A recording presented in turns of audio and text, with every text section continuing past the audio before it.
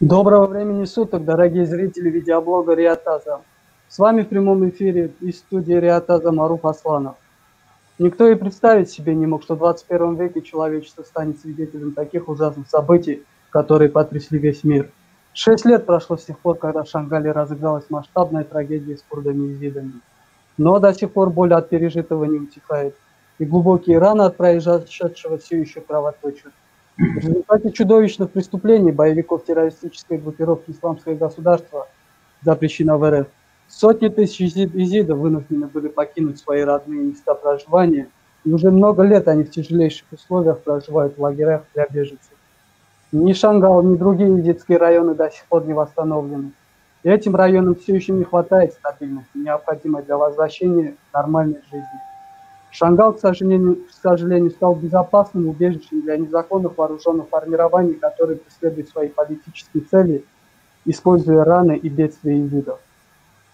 Тысячи представителей этого религиозного меньшинства были убиты и угнаны в плен. До сих пор неизвестна судьба тысяч из них. Многие задаются вопросом, почему и как такое могло произойти? Кто виноват? Какое будущее ожидает эту древнейшую курдскую религиозную общину? Как можно помочь езидам вернуться в Шангал? Что необходимо сделать, чтобы сохранить это уникальное сообщество? Что надо сделать, чтобы залечить глубокие раны в душах езидов, нанесенные этой чудовищной резнёй? Сегодня я очень надеюсь, что наши участники программы видеоблога Риатаза помогут ответить на эти и другие волнующих наших зрителей вопросы. А теперь хочу представить вашему вниманию уважаемых участников программы. Шейх Мураз Джинтаяр, езидский шейх, Юрий Дахни, директор Института езидской истории, Аза Авдали, журналист, и Юрий Набиев, президент Общества солидарности и сотрудничества с курдским народом. Напоминаю, что зрители Риатаза могут в прямом эфире задавать вопросы и оставлять свои комментарии на наших страницах и группах в Фейсбуке и Ютубе. Уважаемый шейх Мураз, пожалуй, начнем с вас, поэтому вам слово. Большое вам спасибо, дорогой Маруф. Слушая вас, у меня слезы навернулись на глаза. Страшно слушать подобное. Сегодня 21 век. Можно было бы себе представить, скажем, это давно происходило, прошлые века. Еще 74-й геноцид. Люди помнят это. И в самом центре мира, где Месопотамия, где Междуречие, где Тигр, Ефрат, где люди начали говорить, где религия возникла. И вдруг происходит такое, когда существует мощнейшее государство, как Россия, Америка, Китай. До меня порой не доходит. Я учитель по профессии, у меня мирная профессия. Я живу в великой, красивой стране, где подобные вещи как-то даже трудно представить. Но то, что мы видели, когда режут детские головки, рыжие, голубоглазые, и футболят, и заставляют есть мясо своих детей матерям, я не знаю, мир должен содрогаться от этого. Этому должно быть конец. Наверное, езиды – это самое слабое звено. Это будет еще происходить. Пока нет государственности, пока нет официально признанной религии именно на Ближнем Востоке. А ведь наша езидская религия говорит: не укради, не обмани, не убей. И на нашем языке прекрасная цитата есть: «Авдаки давини хережебатини, неперса чадили». Видишь человека, и от него несет спокойствием, теплом. Не позволяй себе спрашивать, какой он религии или национальности. Это же высочайшая культура. Тысячелетия живем на этой земле, и вдруг такое происходит. Вы знаете, первые, кто поехали на помощь, это был Мирза Чоло.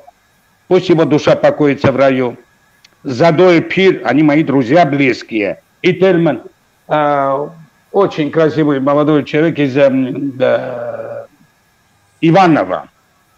Это буквально через неделю. И то, что они увидели, было страшно. Они изменились. Мирза Чоло не перенес. В прошлом году мы его похоронили. И так больное сердце было.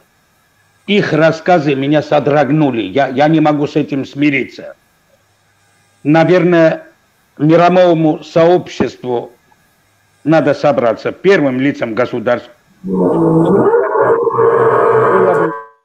Хорошо, если именно руководители нашей страны, России, я рад, что эта передача идет из России. Я прекрасно знаю участников вот этой трагической нашей конференции, прекрасные люди, образованные люди. Это все наследие Советского Союза, где вопросы религиозные никогда не стояли. Национальные вопросы не стояли, же было зерно. И я хочу, чтобы Россия именно этим командовала. Тут надо заставлять на ковер вызывать всех, кто виноват в этом. Там собрались на языческой земле эти подонки со всего мира. Это можно было пресечь, все это дело. Теперь валить на кого-то конкретно нельзя. Надо всех к ответу призвать.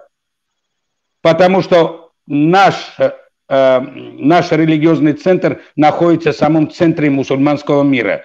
И поэтому надо дипломатию проявлять. Понимаете, эти процессы будут еще происходить. Мы езиды. Уникальность в том, что как мы еще могли сохраниться там. И в самом деле сохранились. И надо находить язык, другого пути нет. Я вам назову некоторые страны. Кипр, далеко не уходить, который разделен на две части. Один мусульманский анклав, другой христианский. Но как-то живут, сосуществуют, а это древняя нация, греки. Грузию далеко не ходить, аджарцы. Разделено религиозно. Но как грузины пишутся, одна нация. Я могу далеко пойти в этом. Видя вас, вот мы не свободны. Вы понимаете, как мне больно. Грамотнейшие люди на нескольких языках говорят. Ни одна нация не может этим похвастаться. У нас сколько нас человек? Надя Мурад, Нобелевский лауреат. Не то, что этим хвастаться, это из горя ей дали. Потому что начали сочувствовать нам. Люди проснулись, видят эту чуму. Я верю, я знаю много чего можно сделать в самом Курдистане.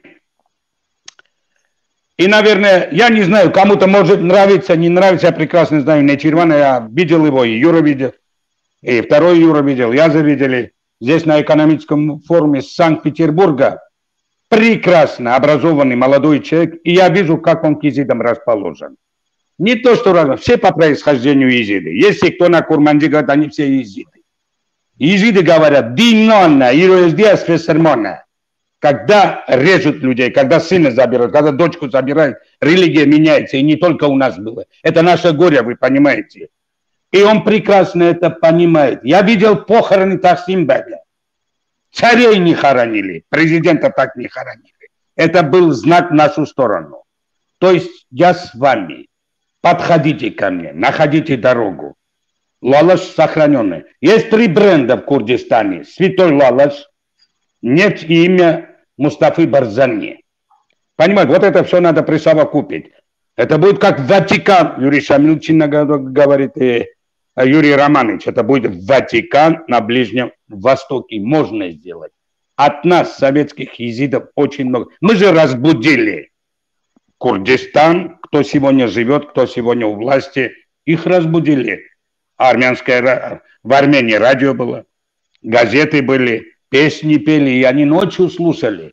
Эти традиции до сих пор продолжаются. Дальше должны делать. Обязательно будут плохие люди. Будут плохие партии, которые нас будут сталкивать.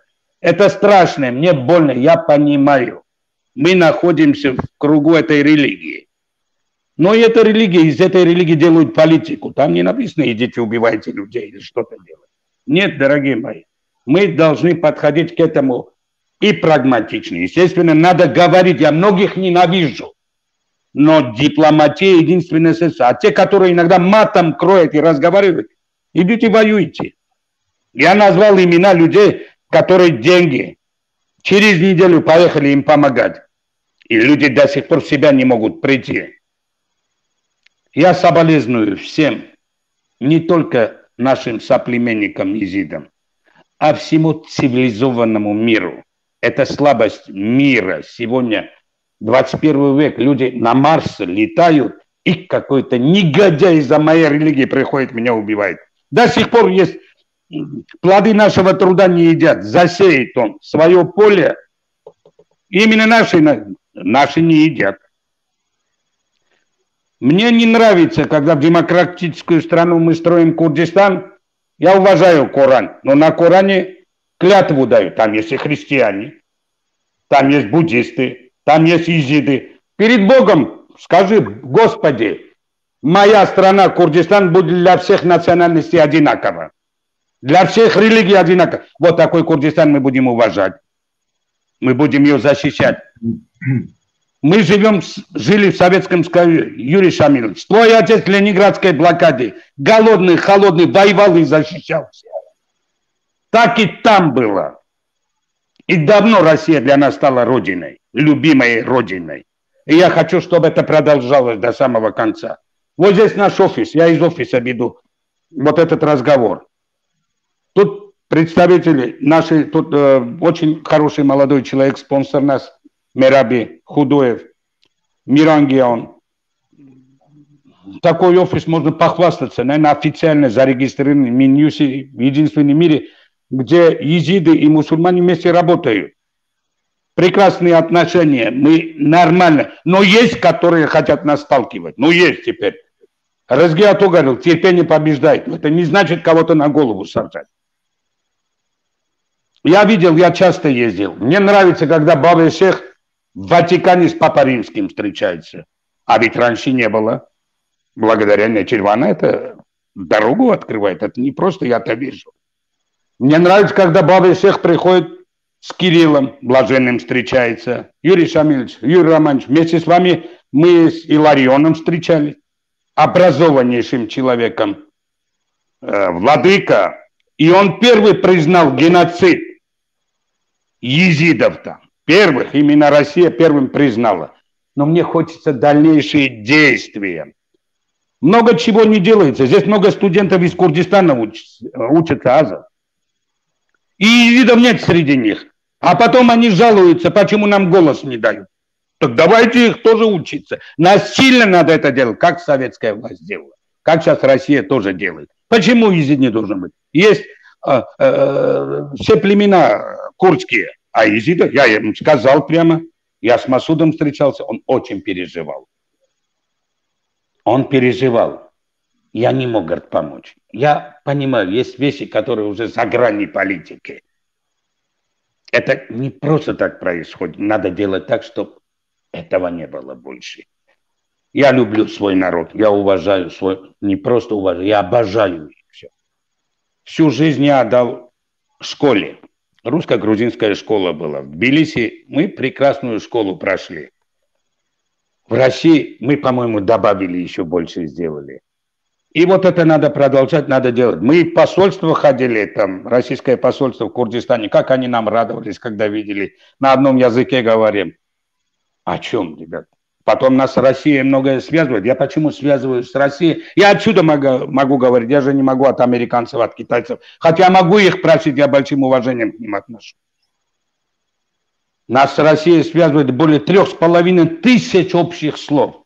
О чем это говорит? Спасибо Макаренко, прекрасному ученому вот в институте Юрия Досыны. Это все пишутся, презентации книги. Есть прекрасные связи. Поверьте мне, молчание нет. Надо учиться. А когда Светлана Касьян, езидка, в интернете выросла девочка, поет Аве Марию в соборе Святого Петра, и когда ее приглашает Папа Римский, езидка, она была на открытии нашего культурного центра. Я счастлив. Вы понимаете, что это? Мария Каллас не пела там. И когда Нобелевском лауреате несчастной девочке кому-то нравится, говорит, она что-то ей дали. Она очень подготовленная. Она вышла замуж. Я счастлив, то, что она стала счастливой. Говорит, надо плакать только за это. Эти мерзавцы. Мы должны быть одни. И этого не случится никогда. Они слушают сейчас. Каждый берет микрофон и матом кого-то кроет. Возьми автомат, иди воюй. Шейх не должен себе позволять матом.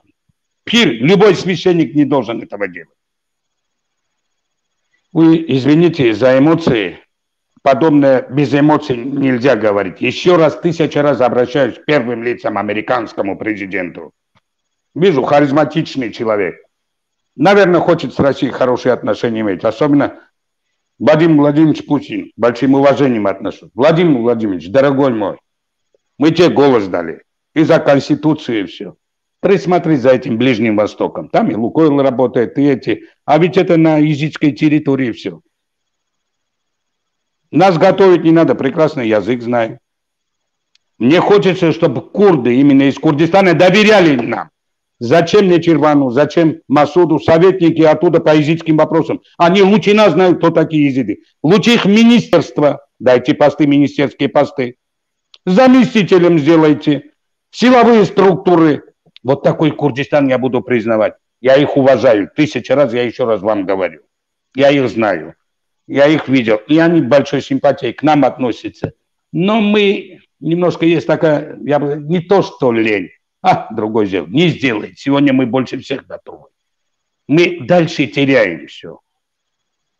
Энергетику, язык. Мы уже дома на своем языке не говорим. Люди о религии не знают, много чего не знают.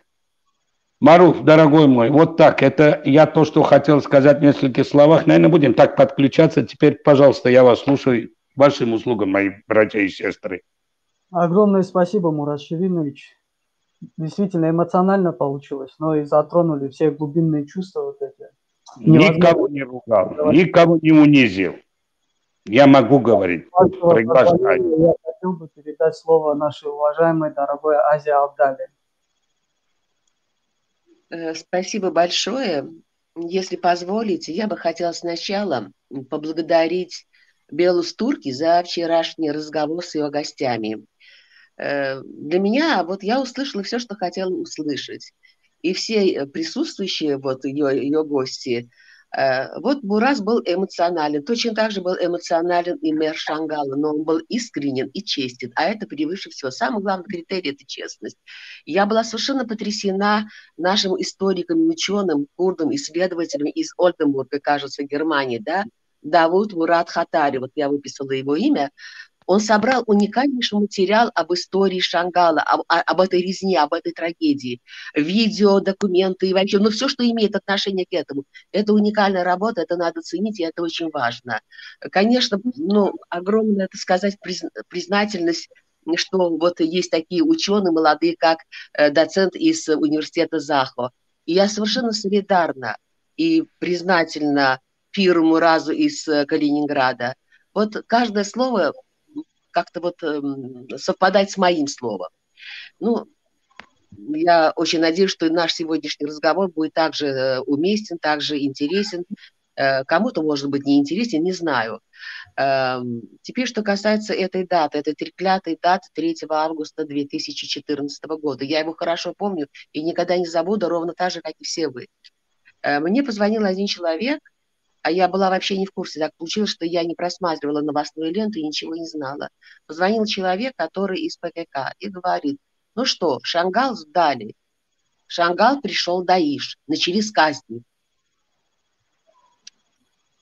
И сделано это было, он мне говорит, ну, если не по приказу, то при содействии Масуда Барзани.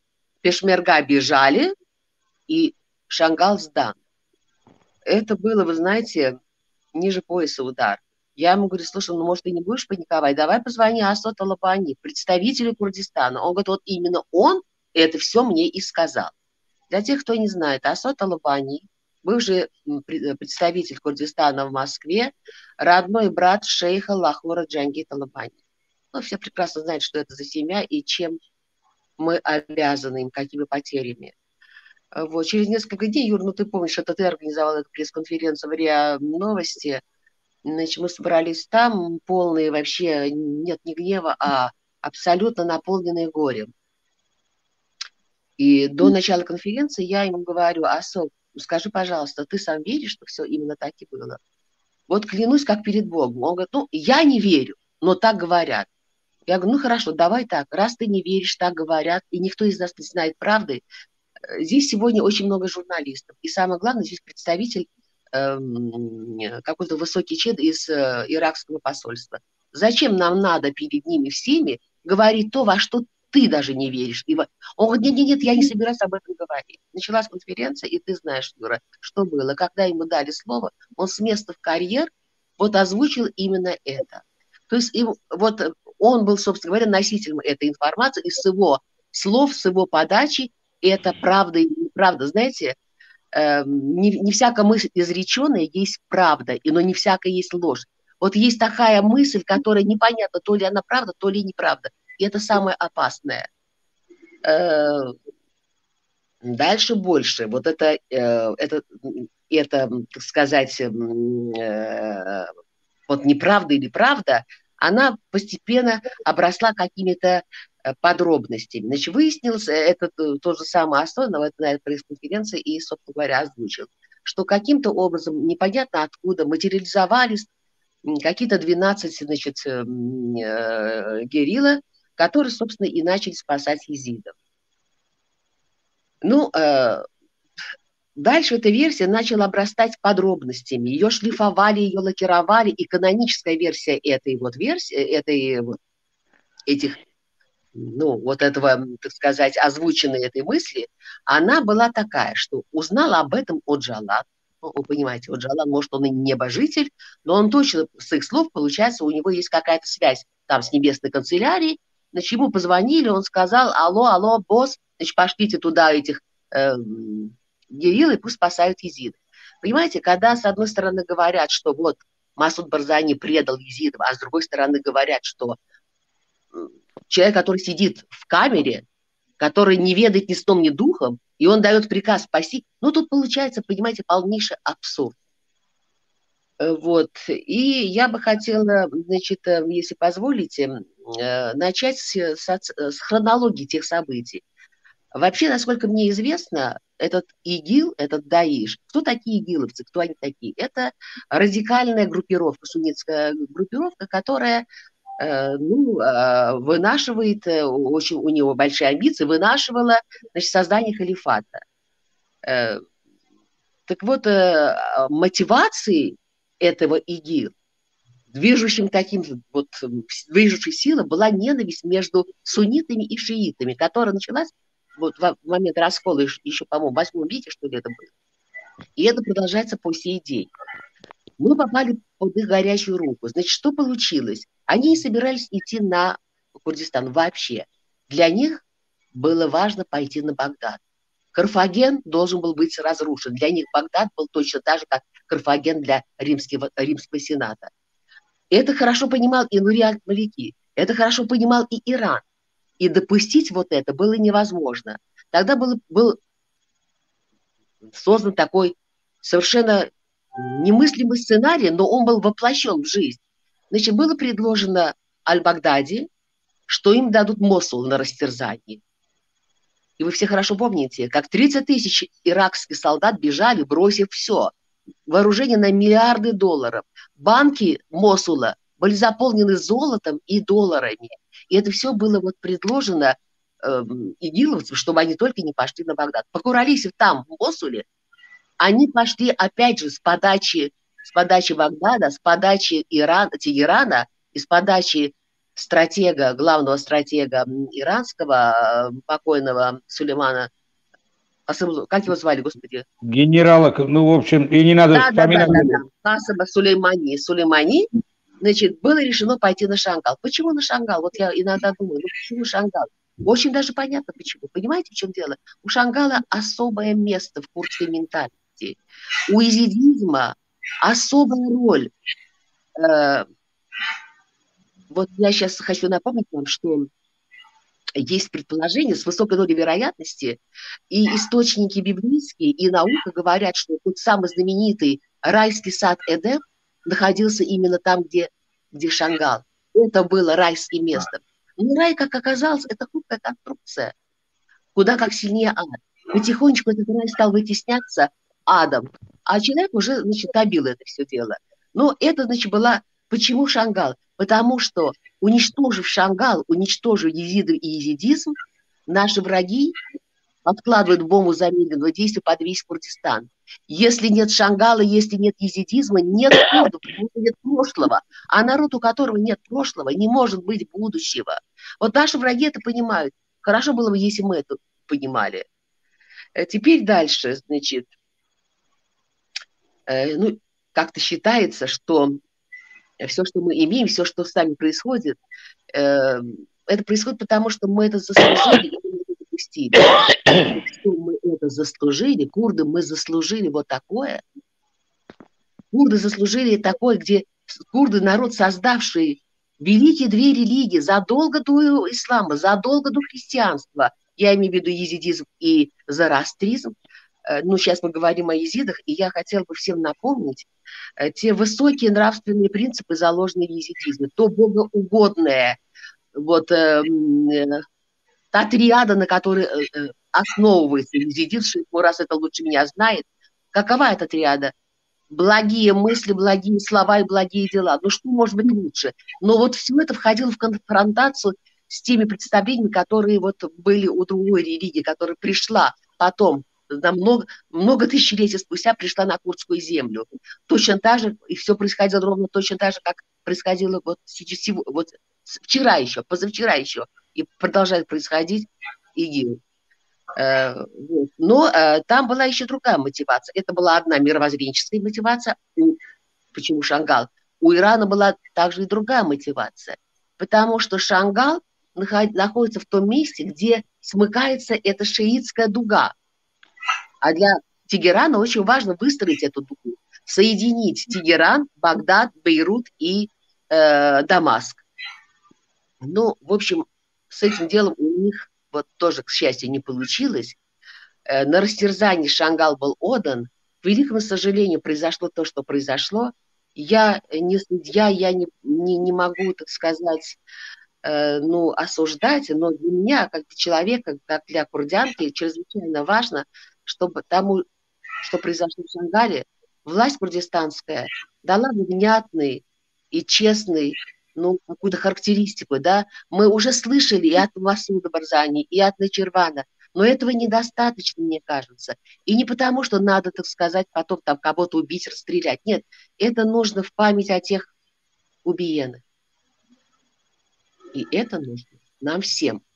Потому что если мы не будем знать, что с нами произошла катастрофа, мы можем ее повторить. А это совершенно недопустимо. Вот я обязательно хочу сказать, что длилась эта трагедия с 3 по 15 августа.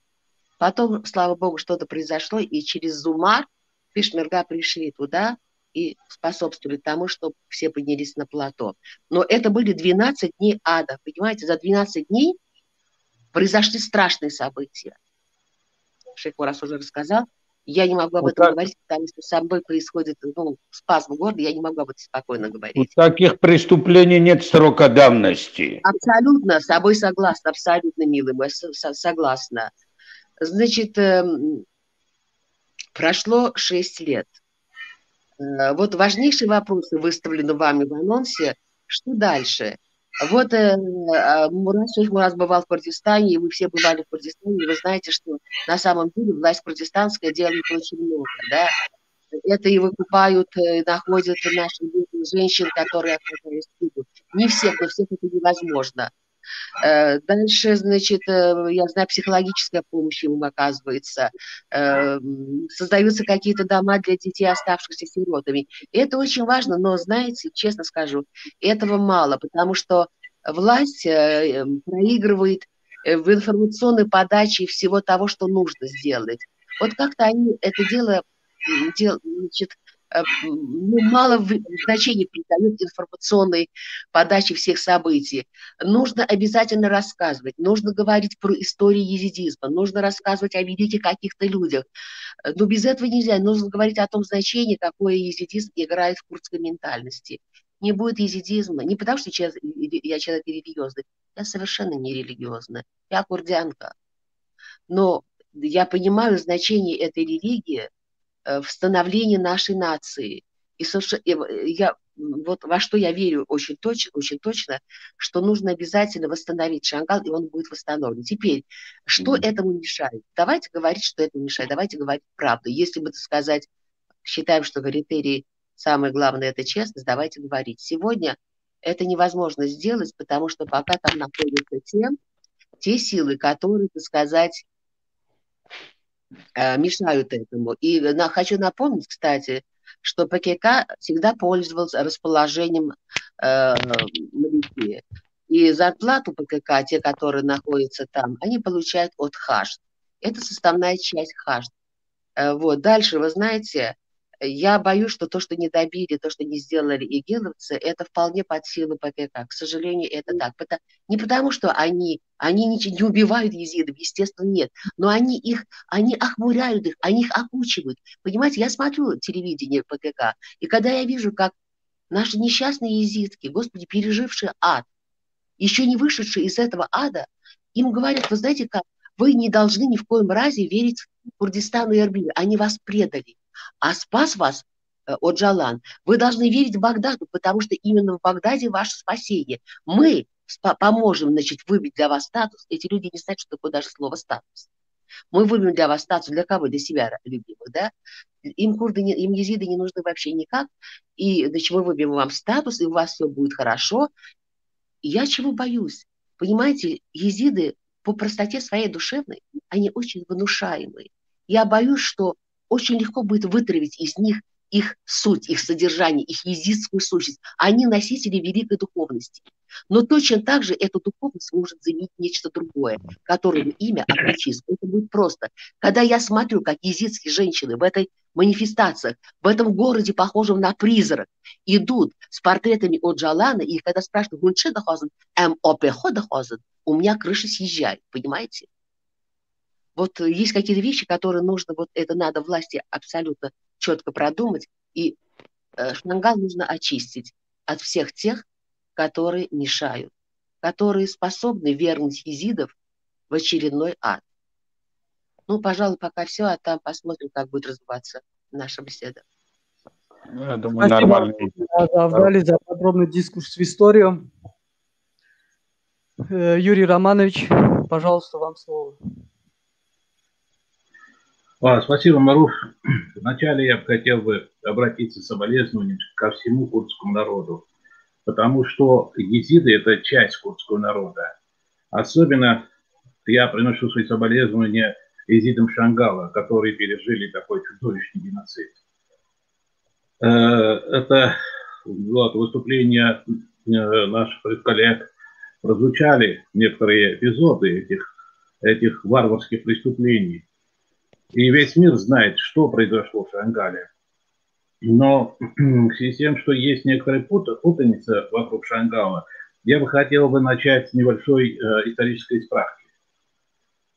Вот это Шангал арабы называют Синджа. По-русски мы называем Шангал.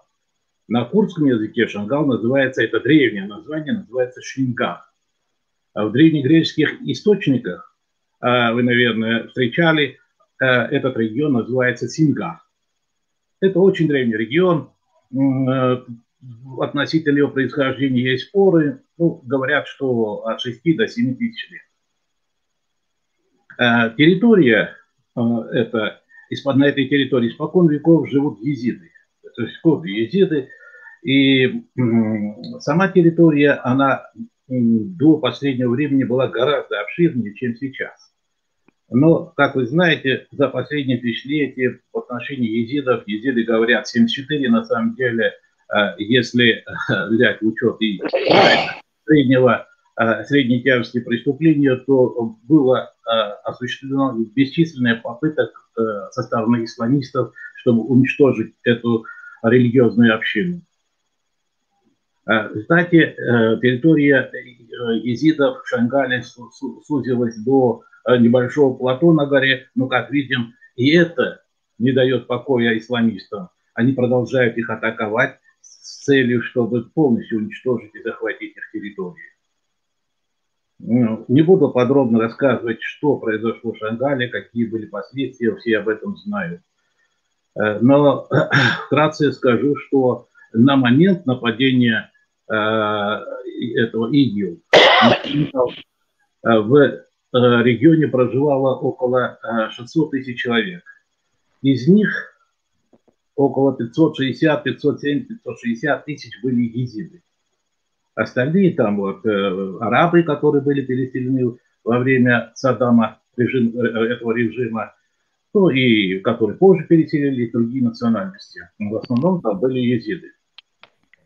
Поэтому из-за нападения, до нападения, около 550 тысяч езидов, нет, около 500 тысяч езидов, они, неизвестно, там эти данные разнятся, бежали часть в Сирию, часть по приграничную Сирию, часть в Турцию, другая, основная часть в иракский Курдистан. В те регионы, где проживают езиды, это Шейхан, там, и районы вокруг Шейхана, в Дахук, в частности. Около 180 тысяч бежало в Сирию, около 150 в Турцию, около 150 тысяч, как говорят, застрял на горе. На горе в ужасных условиях, под палящим солнцем, в этих условиях несколько тысяч египетов, детей просто погибло. В прошлом году, в 2015 году, в марте месяце, в Институте востоковедения была организована экспедиция, научная экспедиция в Шангал. Я был руководителем этой экспедиции. Вот мы 4 сотрудника выехали в иракский Курдистан. Наши цели, в частности, были и езиды Шангала. Мы посетили 2 лагеря езидских беженцев в районе Дахука. И, знаете, положение на 2015 год было просто ужасное, катастрофическое. Люди 5-й год, уже 5 лет жили в палатках, которые совсем не приспособлены для проживания. Как нам рассказывали беженцы, эти палатки, значит, летом прогреваются, зимой в них холодно, из-за чего люди имеют много хронических заболеваний, из-за антисанитарии в этом палаточных лагерях.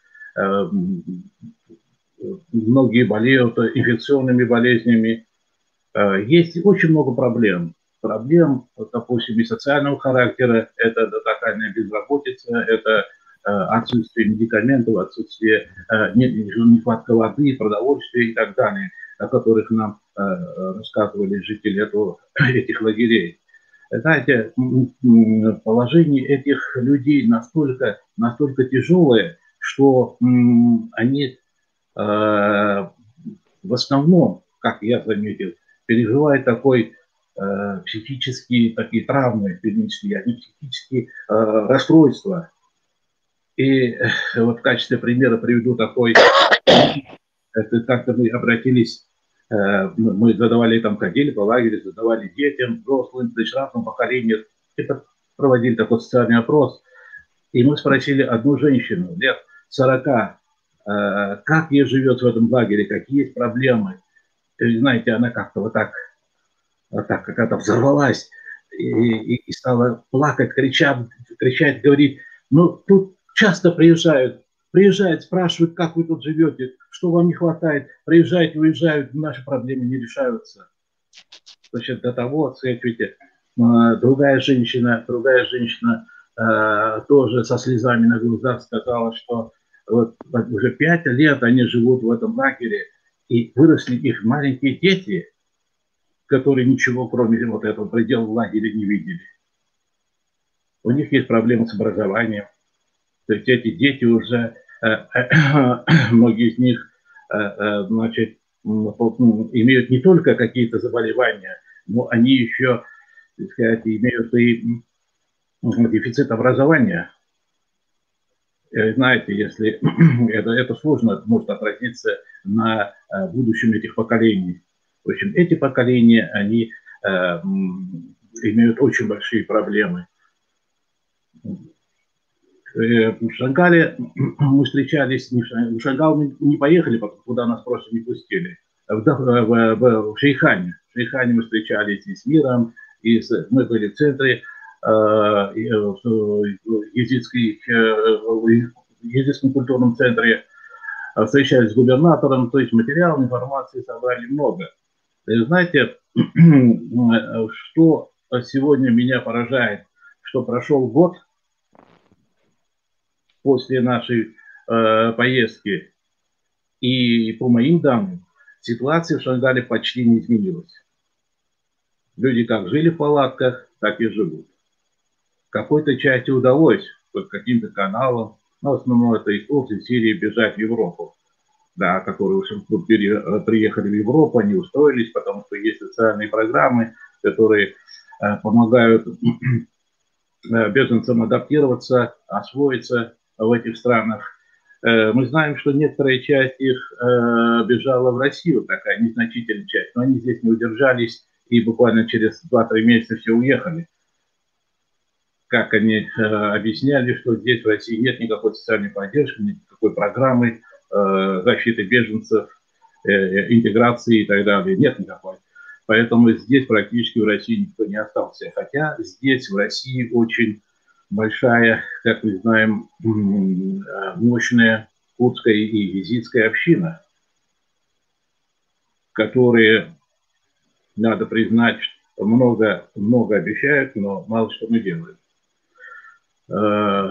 Наверное, это тоже связано с нашей неорганизованностью. Вот. Наверное, вот это все, что я вам хотел сказать. Спасибо большое, Юрий Романович. Юрий Шамильевич, перейдем к вам. Пожалуйста, включите, пожалуйста, микрофон у себя. Значит, добрый вечер. Я сначала хотел бы поблагодарить всех участников нашего сегодня видеоблога за то, что они нашли время, за их интересные выступления. Я, конечно, со многими вот вашими значит, мыслями солидарен.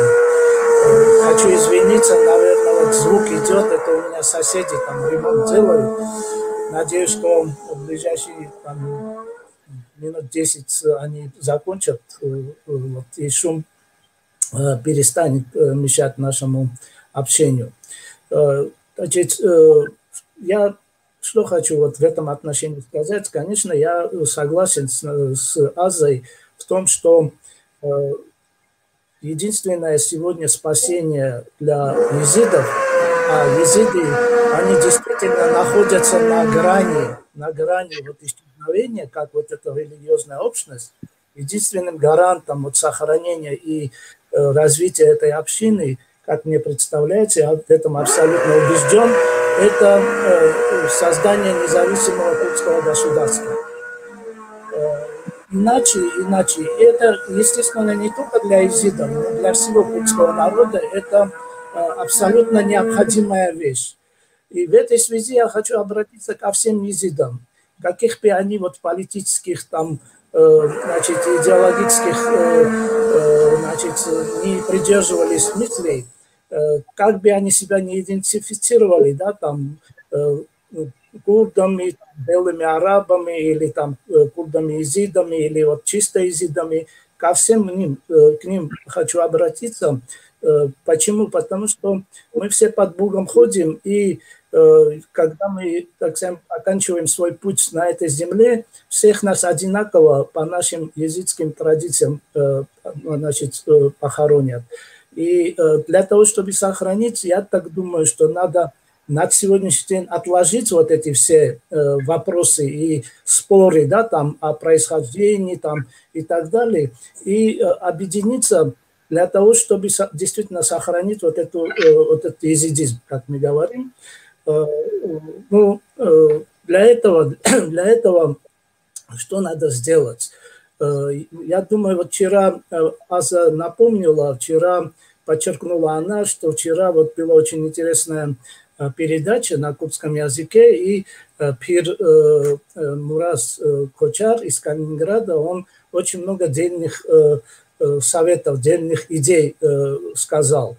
И одно из них – это то, что сегодня, чтобы единственным легитимным, так сказать, езидским, значит, лидером, который может говорить от имени всех езидов, это Мир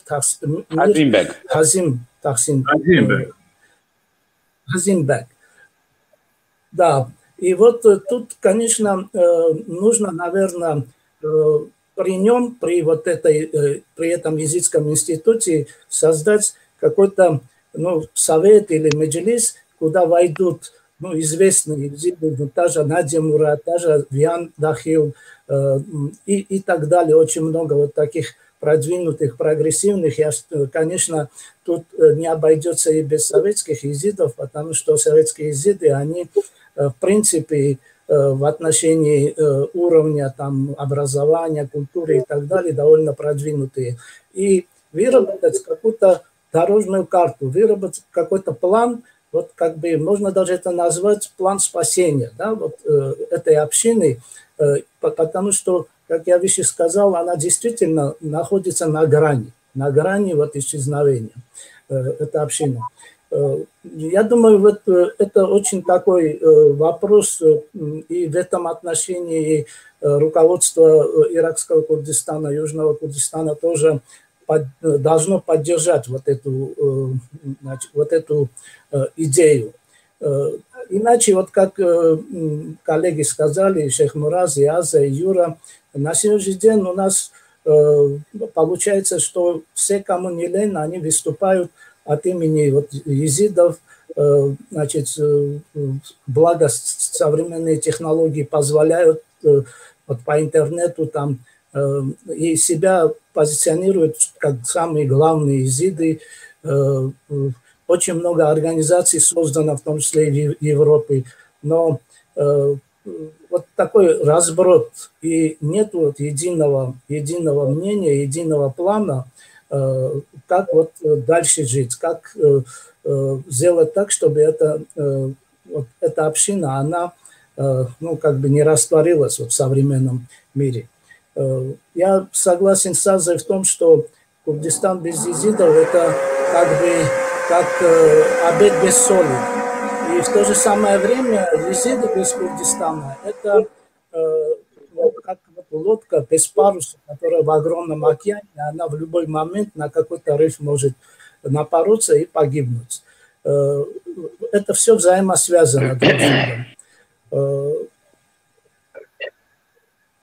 Ну, еще, знаете, вот мы, езиды, обычно, значит, указываем на внешние силы, что вот там кто-то нам что-то не сделал, кто-то не помог и так далее. Но мне кажется, что очень важно сегодня, чтобы сама езидская община, она как бы сплотилась бы, поняла бы, перед какой пропастью она стоит, и, значит, выработала бы план, как вот я еще сказал, план вот спасения этой общины. Но тут много еще говорили о той конкретной ситуации, которая сегодня вот сложилась в Шангале, в частности. И действительно ужасающая ситуация, и, к сожалению, нету просвета. И тут становится вопрос очень так ребром. Что должны требовать езиды первым долгом? Первым долгом, на мой взгляд, езиды должны потребовать и добиваться и от Багдада, и от иракского Курдистана, и от международного сообщества, там, благо в Ираке есть вот миссия ООН, да, чтобы наконец-то вот статус Шангала, юридический статус Шангала, чтобы он был прояснен и определен. То есть надо добиваться, чтобы 140-я статья Конституции Ирака, она была, безусловно, выполнена.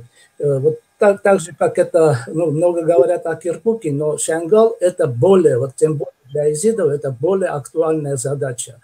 Я больше чем уверен, что население Шангала, оно свой выбор сделает. И это показал и референдум о независимости Курдистана, когда более 95% езидов проголосовали за независимость Курдистана. И тут Еще, знаете, вот вчера такая мысль прозвучала у одного из выступающих, сейчас уже точно не помню. Оказывается, лидеры языческой общины, вот духовные лидеры, они никогда ни на какие выборы не ходят. А вот на референдум о независимости они очень активно участвовали в этом. Вот тут тоже показательно. Видимо, все понимают, что спасение езидов – это создание курдской государственности.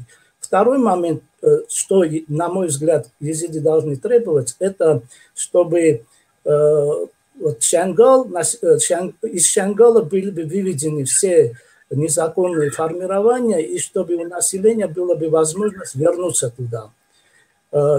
Опять-таки, если сошлюсь на вчерашнюю передачу, там вот мэр Шангала Махмахалил, он напомнил, что когда после освобождения Шангала силами Пешмерга, Нетирван Барзани, тогдашний премьер-министр Курдистана, он инициировал с международным сообществом и вместе с Багдадом разработан был целый план восстановления Шангала, который предусматривал в том числе создание и строительство нового Шангала, недалеко от разрушенного сегодня.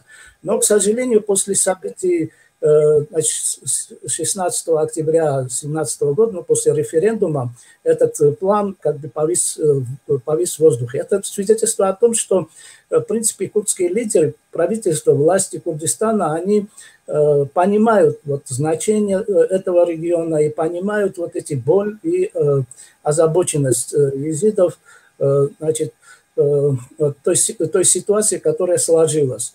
И, естественно, дай Бог, чтобы вот это произошло мирным способом. Включение Шангала,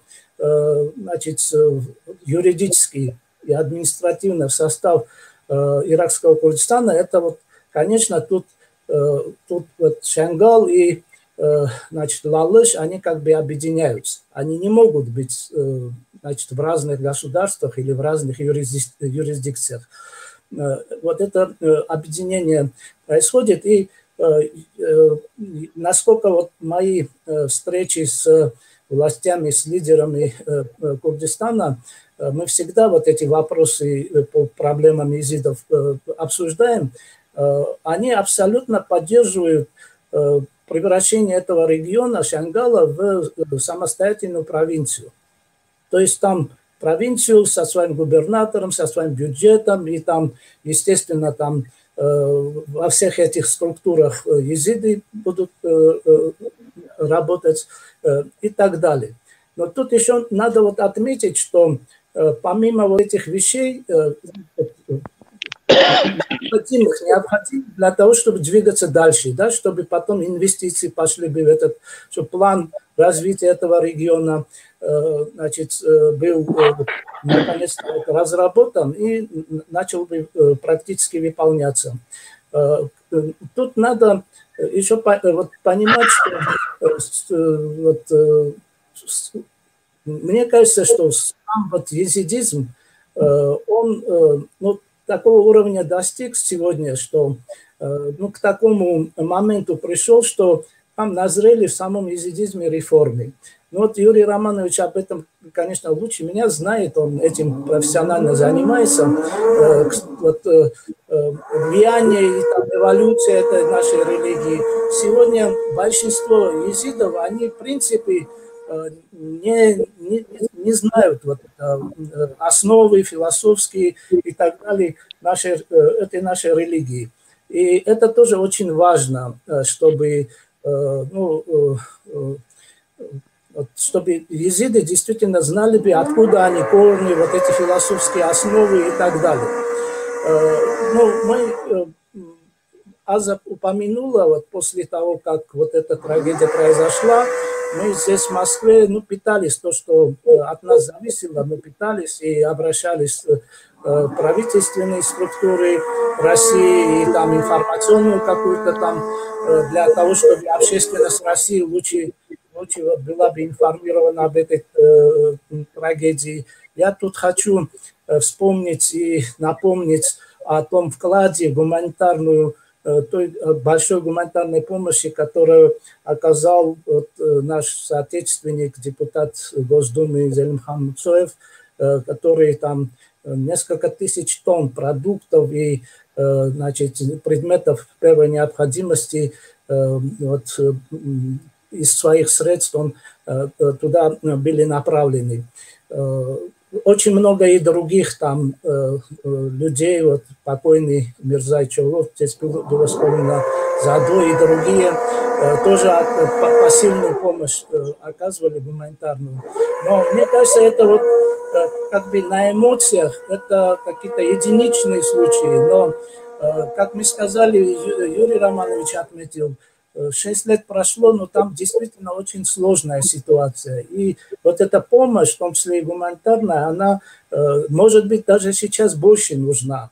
Потому что вот тот период, там все международные организации, они как бы подключились и пытались, значит, пытались оказать помощь.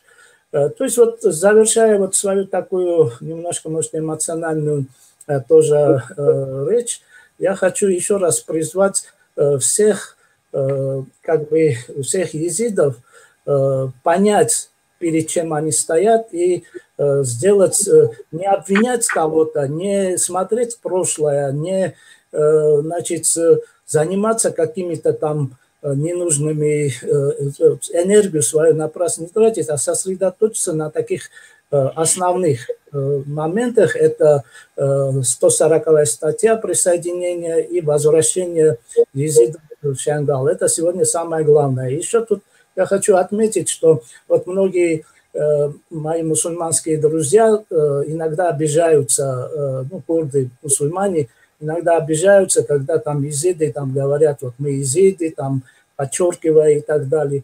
Я думаю, что тут очень важно, чтобы они понимали, что эта вот община, езиды, они раненые, они вот эта рана еще кровоточит, и поэтому с их стороны, наверное, надо быть более терпимыми к этим вещам. В конце концов, все знают там езиды, кто и что, и там. А зачем терпимыми, когда езиды это истинные, самые, оттуда все идет.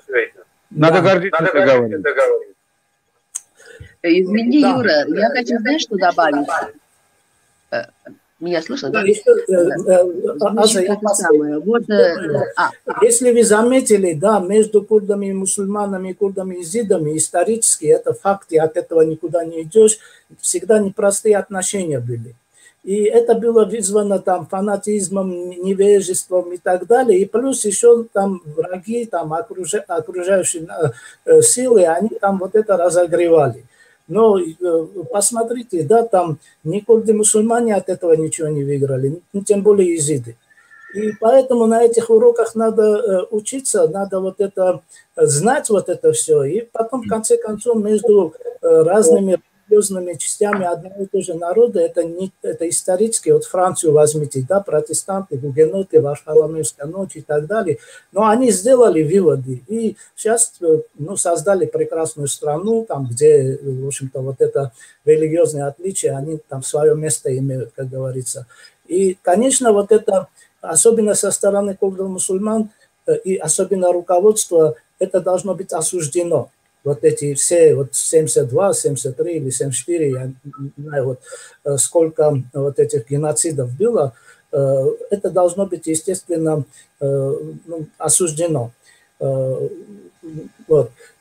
И в конце я хочу что сказать, значит, самое главное, то, что вот многие не замечают, впервые в истории вот курдского народа трагедия в Шангале, она была воспринята вот всеми 40-50 миллионами курдов как общенациональная трагедия. Такого никогда не было. Это свидетельство того, что наша вот такой политическая курдская нация, она уже созрела, у нее вот именно вот такое национальное отношение. Отношение стало вот как к Халабже, и также и к Шангалу. И вот то, что вот сегодня я с утра мониторил прессу, вот эти руководители всех партий, лидеры курдские, они все ну, как свою личную боль. Вот отмечают, и где-то проскальзывает какое-то, ну, значит, ну, то, что они не могут больше сделать. Мы должны понимать, что и правительство Курдистана, и другие курдские там организации, они тоже, у них ресурсы ограничены, они тоже не могут, значит, они вот свои проблемы, да, вот в Курдистане, вы знаете, сколько и финансовые, и там вот сейчас это пандемия, и отношения с Багдадом, и вот это турки, персы там сейчас активизировались. И тем не менее они посильную помощь, значит, вот, беженцам и так далее оказывают. В общем, вот я, наверное, на этом завершу. Там у нас много еще интересных вопросов, в частности, вот часто вот так вот, как стереотип, что вот пешмерга убежали там и так далее. Но вот если этой логике следовать, то, конечно, я никого не хочу оправдывать, но это вот как, допустим, когда Гитлер напал на Советский Союз, наши советские войска до Москвы отошли, да, там, потому что это огромная махина. Вот Аза отметила, 30 тысяч иракских военных все оставили и, значит, убежали. Да, это нехорошо, как говорится, но вот давайте чисто логически, да, посмотрим. Значит, если пешмерга, вот эти небольшая группа осталась бы, да, ну, против них танки, там, артиллерия там, и так далее пошла. И я абсолютно уверен, что этих пешмерга задавили бы. И, может быть, даже изидам хуже было бы. Потому что они надеялись бы, что их защищают, и в эту гору не побежали бы. Еще раз говорю, я никого не собираюсь не оправдывать, просто, ну, вот, когда задумываешься вот над этими вещами, и последнее, что я хочу сказать, к сожалению, вот эта изидская карта, если можно так назвать, она стала как бы вот предметом межпартийных курдских каких-то игр. Там тянут на себя и очень много пропаганды, очень много мифов и так далее. Вот у меня была такая дискуссия, значит, с одним из руководителей Курдского дома, ну, в Сапочистом, здесь в Москве, и он меня начал там вот мы там спасли и так далее. Я говорю, ну, спасибо вам, что спасли, но вы не африканских негров спасали. И потом в самих отрядах РПК там полно изидов, которые там воюют. И, кстати, они инициативу проявили, когда коридор открыли там. Ну, если на карту посмотрите, там все ясно будет. Ну, хорошо, я там, наверное, лимит свой исчерпал. Давайте там перейдем уже дискуссии, какие-то вопросы. У меня просто ну, раз вот если в 2017 году встречался с Масудом Барзани. Вот очень интересно. Я знаю, что ты прямо его спросил там по этой трагедии, и вот мне интересно вот твои впечатления, что он тебе рассказал. Большое спасибо за вопрос. Говорят, мы не в одном доме живем, но судьба у нас одна. Еще раз подчеркну, что самое страшное в жизни – жить, не иметь исторической родины. Свободной, исторической, я имею в виду, и тем более колыбели цивилизации. Он, кстати, нашу делегацию как изидов принял. Была очень серьезная встреча в своей резиденции, наверное, человек 200 сидели, много камер, ну это интерес дали. Мы до референдума были. Кстати, ехали туда, активное участие в референдуме приняли, и по статистике, ну, в самом деле, я видел езиды, где мужчины и женщины стоят вместе в очереди.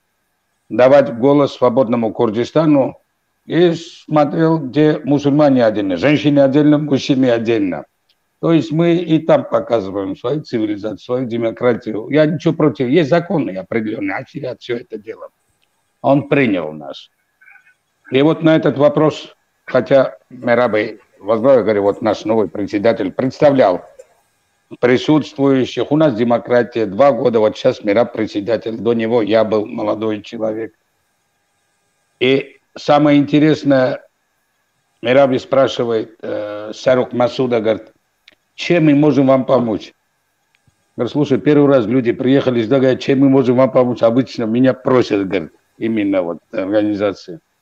Вот этот момент приятно. Мы-то спросили, скажите, пожалуйста, честно, мы свои здесь пришли сюда не случайно, едем здесь, святыня наша. Что случилось? Можно было это все? Я, говорю, чувствовал, что это произойдет. Я не мог, я делал все, чтобы этого не произошло. Он карту принес, показал. В общем, ну, невозможно было в этот момент. В конечном счете, естественно, они и спасли этих оставшихся там, что дело до катастрофы не дошло. Это смелая семья, семья Барзани. Всю жизнь воевали, всю жизнь освобождали. Мне было 6 лет, когда я видел Барзани старшего, Мустафа Барзани, это в деревне Хаку, в Армении. Я помню, как-то мы ему сказали, что наши женщины говорили там, я помню это, «Почему сделать я?»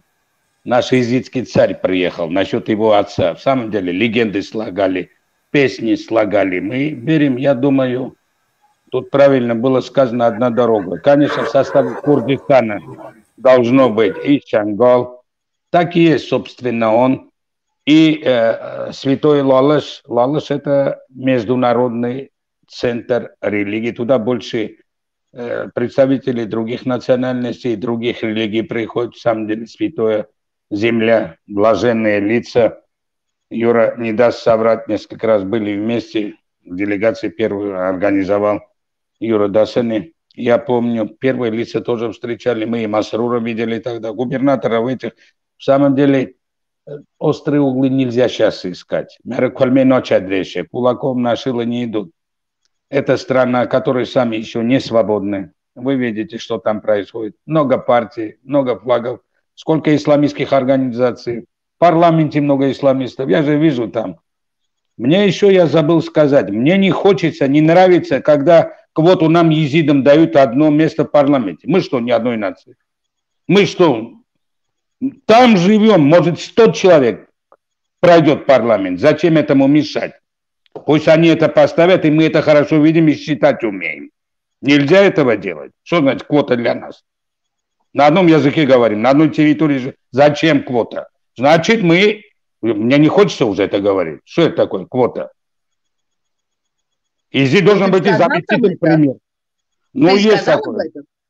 Я вот сейчас говорю, потом я говорю, ну, после этого все. Да, я это не знал, но сейчас говорю. Разве это мало? Весь мир нас слышит. Что я плохого говорю? Нет, очень некоторые езиды говорят, что мало, квота мало. Просто не спекулировать на этом, не надо. Пусть мало, пусть вообще не будет. Но пусть добиваются, чтобы им голос давали. Вот так должно быть. Мне для галочки не нужен там парламентарий. Ну как они могут, Шейх Мурат? Как все идут и голосовать. Если у них нет единства, если у них нет организации одной, если они расколоты внутри. Я вам скажу, ну надо делать так, чтобы было хорошо. Допустим, все зачем-то против езидского флага. Все организации, даже партии имеют флаг. Ну пусть будет езидский, ничего страшного. Здесь у нас есть небольшие республики в России. Один момент. Ничего плохого не говорю, не надо бояться. Это объединяет людей. Не надо бояться. Все нормально. Ну и что? Любая партийная организация имеет свой флаг. Ну что там? Ну езиды пусть имеют. Что там плохого? Но есть один общий флаг Курдистана. Конечно, под этим флагом. Я понимаю, что я говорю. Нельзя перебарщивать. Именно Шангал – это единица, администратор, где должен быть езид губернатором. И представители всех наций. Что мы такого требуем? Это везде есть так. А Америку открывай. Если ты это не будешь говорить, тебя перестанут уважать. В этом момент что мы говорим? Те же самая нация, там же работают вместе. Если вместе не будут, ничего не получится. Я еще раз говорю. Давайте так. А езид может быть губернатором в мусульманском регионе? Может быть. Может быть, да? Поэтому да. если один народ, то это вопрос нужно решаться как-то по-другому. Например, вот опять же про выборы, про депутатские места там. А что я сказал? Тогда к Богу надо обращаться, а не где-то руку. Вопрос. Ведь дорогие господа, вы знаете, мне представляется самым важным, начинать надо с самого важного, надо с просвещения начинать. Вот когда все езидские детки пойдут... Люди. Что? Там достаточно просвещенных людей, сейчас среди езидов? Нет, видимо, недостаточно. Вы знаете, даже здесь мало просвещенных людей, а уж там, извини меня, езидские дети, да, вот ты сам говорил, что они в лагерях сейчас, да? Значит, Да. школы нет. Надо это продумать. Вот вы знаете мое отношение к ПКК. Ну, вы знаете, они же делают что-то очень важное. Я вот говорила даже Маруфу, их бы энергию, да, в мирное курдское русло, им бы цены не было бы. Они Самая построили организованная организация. спортивные... Да, они организованы, но, Да. к сожалению, конечный результат их миссии, он для курдов плачевный. Им это не нужно. Понимаешь, вот не хотела говорить, но общеизвестный факт. Каким-то образом стыкуются вот по своим каким-то конечным целям. У РПК есть такие же, так сказать, вот концепции, они против государства. Точно так же против государства, как вы знаете, ИГИЛ, да? Они за деконструкцию. Точно так же и ИГИЛ себя ведет. Ну, давайте нельзя, понимаете? От темы не будем отклоняться. Нет, хорошо, не будем. Но то, что они делают, это надо, чтобы оно было посвящено, вот чтобы это было бы исключительно под курдским каким-то интересом. Понимаете? Не за партию, не за кого-то. Вот тогда, может быть, ситуация поменяется. Мы же говорим не о рядовых членах, не о тех, которые курдские сыновья и дочки, понимаете? Мы говорим о той. Давайте не отвлекаться. Давайте о езидах. А это разве отвлечение? Юра, милый, сегодня Шангал находится в руках этой партии, и шангальцы не возвращаются туда, ты отлично знаешь, потому что там некуда вернуться, там нет никаких условий для жизни, их детей воруют, им мозги компостируют. Это что? Это что, отвлечение от темы? Это как раз в тему. Это как раз в тему. А у вас есть доказательства тому, что детей воруют, то, что... А ты не видел, как вышли шангальцы, сказали, верните наших детей? Ну, это практика ПКК. Не воруют, а вербуют в партизанскую... Да, вербуют, чтобы заполнить им голову и вырастить армию. Между прочим, этим занимаются сами езиды. И в рядах РПК очень много езидов, сторонников этой партии. Это понятно, но 10-летние, 12-летние дети сами туда не идут. Да, вербуют, опять же, те сами же езиды. Вот я и говорю, что вербуют. Прекратите вербовать детей. Очень сложный вопрос. Я хочу вас вернуться вот к этому, да, вот что повторить то, что я сказал, чтобы как бы подчеркнуть абсолютную такую необходимость, важность того, чтобы Шангал юридический статус его, вот это сегодня он неопределенный, как бы ничей, ни Багдад, естественно, никакого внимания на него не обращает, в том числе и финансовый. Наоборот, а так напряжение там, да. Да, там вот Махмахалюк вчера же сказал, да, что бюджет, который на Мосул идет, и доля, которая положена Шангалу, она, непонятно, куда потом исчезает. То есть на сегодняшний день вот самая главная задача у езидов, я еще раз говорю, у всех езидов, кто бы как себя не идентифицировал, кто какую партию не поддерживал, это чтобы Шангал вернулся бы или вошел в состав, юридический состав иракского Курдистана. Там я не говорю, что будет прямо малина, и тут сразу там все там зацветет и так далее. Но на данный момент, на сегодня это самое главное. Другие вопросы, они уже вытекают, вот эти остальные вопросы вытекают от этого. То есть во всем мире, там, в Европе, к сожалению, они ходят, и главное для многих организаций, это там, что доказать, что мы не курды, мы езиды. Хорошо, там, кем хотите себя считайте, но вы же хотите сохранить вот эту общину. И поэтому вот абсолютно все езиды должны сосредоточиться даже больше, чем курды-мусульмане, вот за независимый Курдистан и за то выступать, бороться за то, чтобы Шангал, вот эти езидские территории, вошли в состав Южного Курдистана. Это вот необходимо для выживания просто. Хорошо, а как есть это сделать, Юра? Как это сделать? Подождите, вот как это сделать? Вот я хочу это спросить. Есть какая-то программа. Вот часть езидов выступает за Багдад, сторонники Багдада. Другая часть сторонники Эрбиля. Есть какая-то программа, если они, например, войдут в сторону, поддержат сторону Эрбиля, что, какие, так сказать, преимущества они получат. Какая-то есть программа, какая-то есть какие-то обещания. От кого? Со стороны кого? Со стороны Эрбиля. И со стороны Эрбиля очень много делается. Понимаешь, гораздо больше, чем построить спортивную площадку. Со стороны Эрбиля выручаются езиды, со стороны Эрбиля строятся сиротские дома, со стороны Эрбиля издаются уже учебники для этих детей. Просто они это не афишируют. И очень напрасно это делают. Это делается для езидов шейхан. Задержать 150. Это делается. Со стороны знаешь, вот отвечу, не говорите. Мы говорили сегодня, да, о единстве. Да, мы сказали, что единственным легитимным в нашем понятии органом, который имеет право выступать от имени езидов, это хазин, да, вот мир. Плохой, хороший. Вот смотрите, в США, допустим, президент Трамп, там половина за него, половина не за него, но от имени государства, как США, выступает, значит, он выступает. И то же самое здесь надо. Просто надо вот всех, кто, я же говорю, кто за Багдад, кто там, не знаю, там белыми арабами себя считают, инопланетянами, все езиды должны вот это признать, за ним верховную власть.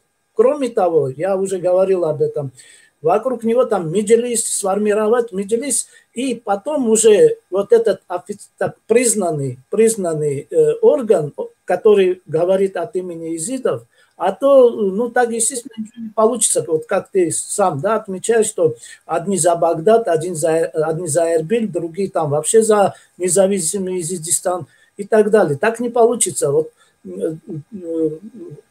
таким, вот ты говоришь рецепт, вот я предлагаю рецепт. Да, вот так надо. Скажите, пожалуйста, какая-либо работа проводится в этом направлении? Я имею в виду что мешает езидам объединиться и, допустим, вот поддержать ту программу, о которой ты говоришь? Это здесь или там? Там. Что, мы при чем? Мы тут... Ну, там мешает то, что... Я отметил, Юрий Романович, я отметил, да, что мешает вот это использование езидской карты с партиями... Вот именно. Курдскими партиями и там другими какими-то внешними силами. А езиды должны это понять. Я вот сегодня в передаче постоянно вот это повторяю, что вот все езиды, кто как себя идентифицирует, кто там себя там считает, понимание того, что мы гибнем, что эта община перестанет через одно поколение и может даже раньше существовать, оно должно заставить нас вот именно по такому пути пойти, чтобы вот признать верховенство Хазима, создать вот такой мощный, так сказать, я же говорю, там все известные езиды, понятно, да, там мы всех, как говорится, хорошо знаем. И там вот как выработать эту дорожную карту, выработать вот план спасения. Понятно, Юра, карту спасения можно выработать, дорожную карту можно выработать и нужно. У власти курдистанской есть ресурсы, есть телевидение. Вот они должны рассказывать денно и ношно о езидах. К сожалению, курдское телевидение сосредоточит. У них либо коронавирус, либо конференция. Вы смотрите их передачи? Да. Больше ничего. Рассказывайте об истории Курска, рассказывайте о езидизме. Люди не знают, кто они такие. Я согласен с тобой, Аза. Там, знаешь, иногда складывается впечатление, что вот власти, вот правительство и там вот парламент Курдистана, лидеры, они как бы самоустранились, они вот передали, вот как езиды решат, так и будет. Вот в моих беседах, вот как мне говорили, ну, ребята, вы определитесь, если вы считаете, что вы, значит, тоже мы одной национальности и так далее, как говорится, сердце на голове и на глазах. Мы будем тогда относиться к вам как, ну, вот, части целого народа. Если вы считаете, что вы отдельный народ и так далее, там, из Багдада хотите или там это, ну, мы будем к вам относиться как к национальному меньшинству, точно так же, как мы относимся к христианам, там, туркменам, там, арабам и так далее. То есть я считаю, что это неправильная позиция такая, ну, отстраненная.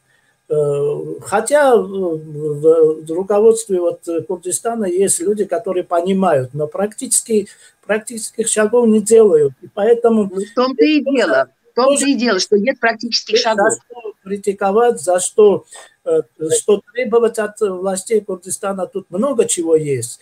Но для этого надо, я же говорю, надо вот первым долгом определиться, да, вот кто будет говорить от имени езидов и с какой программой. Слушай, есть уже тысячелетняя традиция. От имени езидов говорит мир езидский. Да. Не надо ничего придумывать. Если мы его роль убираем, то зачем нам тогда вообще это все нужно? Знаете, и потом, знаете, миру езидов тоже надо помочь, чтобы он правильные вещи говорил. Конечно же надо. Я хочу сказать, извини, пожалуйста, мы находимся, вот мы говорим о езидах, да, это правда. Вот их, так сказать, реакция на то, что было, и вот эти отношения езиды и не езиды, и мусульмане, они же не на пустом месте возникли. Этому есть причина. Езидская история – это тысячелетняя история истребления. Езид продавали как рабов, как скот, понимаете, на рынках. И я хочу сказать, но мы не должны возводить это в какой-то императив. Точно так же в мусульманском мире относились вообще к курдам. Понимаете? Потому что курды носители езидской религии. И потому что и курды никогда не стали в мусульманской уме равноценными. Разве это не правда?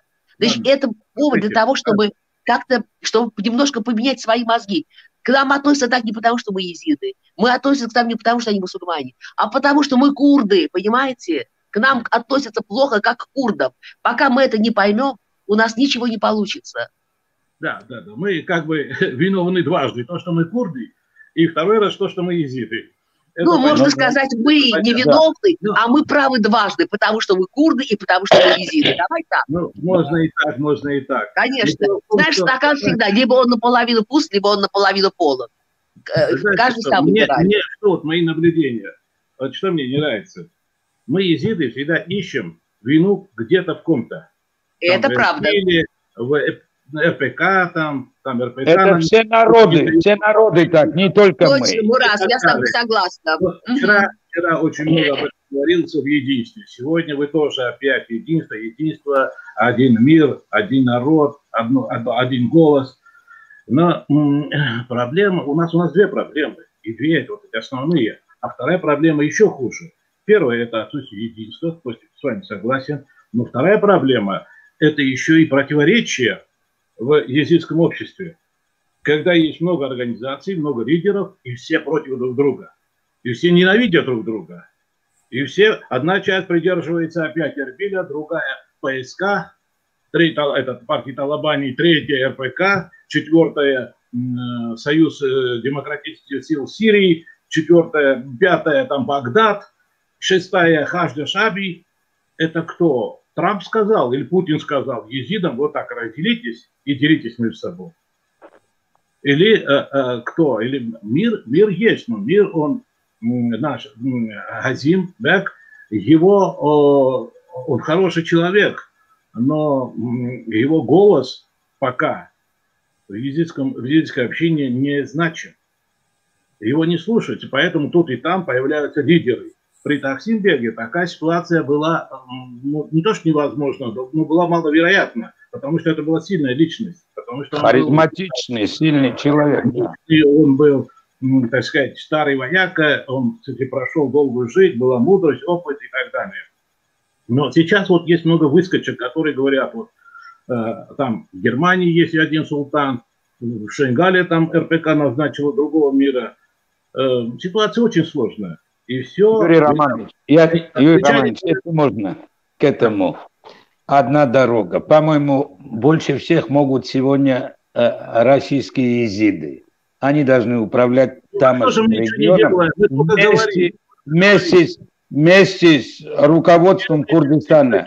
Самый короткий путь, самый правильный путь. Мы должны вместе с ними на хорошем. Поэтому движение должно быть. С нашей стороны вы делаете политику, не они, кто там спрашивает. Мы должны отсюда. Заказчик строгий должен быть. А как ты думаешь? Дорогой шейх Мурат, английская пословица что гласит? Спасение утопающих – дело рук самих утопающих. Если бы езиды...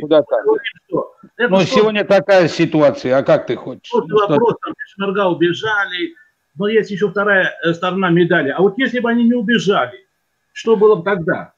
Есть большая вероятность, что жертв было бы намного больше. Не знаю, я насчет сегодня говорю.